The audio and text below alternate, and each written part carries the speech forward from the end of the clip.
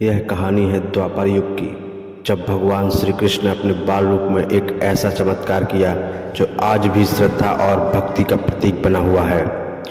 वृंदावन की धरती पर हर वर्ष गांव वाले इंद्रदेव की पूजा करते थे। वे मानते थे कि वर्षा के देवता इंद्र ही उनकी फसलें उगाते हैं, उन्हें जीवन देते हैं। लेकिन बाल श्री कृष्ण, जिनका मन सदा तर्क और सच्चाई से जुड़ा था, उन्होंने प्रश्न किया, क्या इंद्र ही हमें अन्न और जल देते हैं या यह सब हमें गोवर्धन पर्वत और प्रकृति से प्राप्त होता है?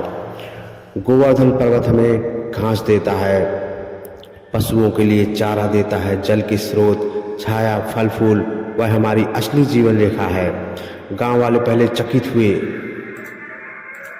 फिर कृष्ण की बातों को समझा और इस बार इंद्र की बजाय गोवर्धन पर्वत की पूजा की। भोग चढ़ाया गया, परिक्रमा की गई और आनंद के साथ गोवर्धन महाराज की जय जयकार के नारे लगे। पर इंद्र देवताओं के राजा अहंकार में डूबे हुए क्रोधित हो उठे। उन्हें लगा कि उनका अपमान हुआ है। उन्होंने काले घनघोर बादल और मूसलाधार बारिश भेजी।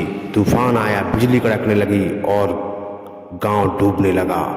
वृंदावन वासियों ने श्री कृष्ण की चरणों में शरण ली और तब हुआ वो चमत्कार जिसने इतिहास बदल दिया।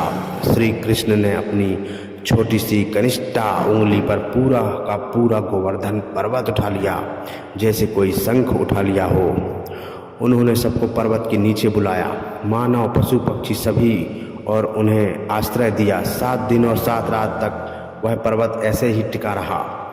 भगवान श्री कृष्ण की उंगली पर बिना थके, बिना हिले श्री कृष्ण एक हाथ से उस पर्वत को थामे रहे। कोई भूखा नहीं था, कोई डरा नहीं था। आखिरकार इंद्र का घमंड चूर हुआ। उन्हें अपनी भूल का एहसास हुआ। उन्होंने कृष्ण से क्षमा मांगी और वर्षा रोक दी।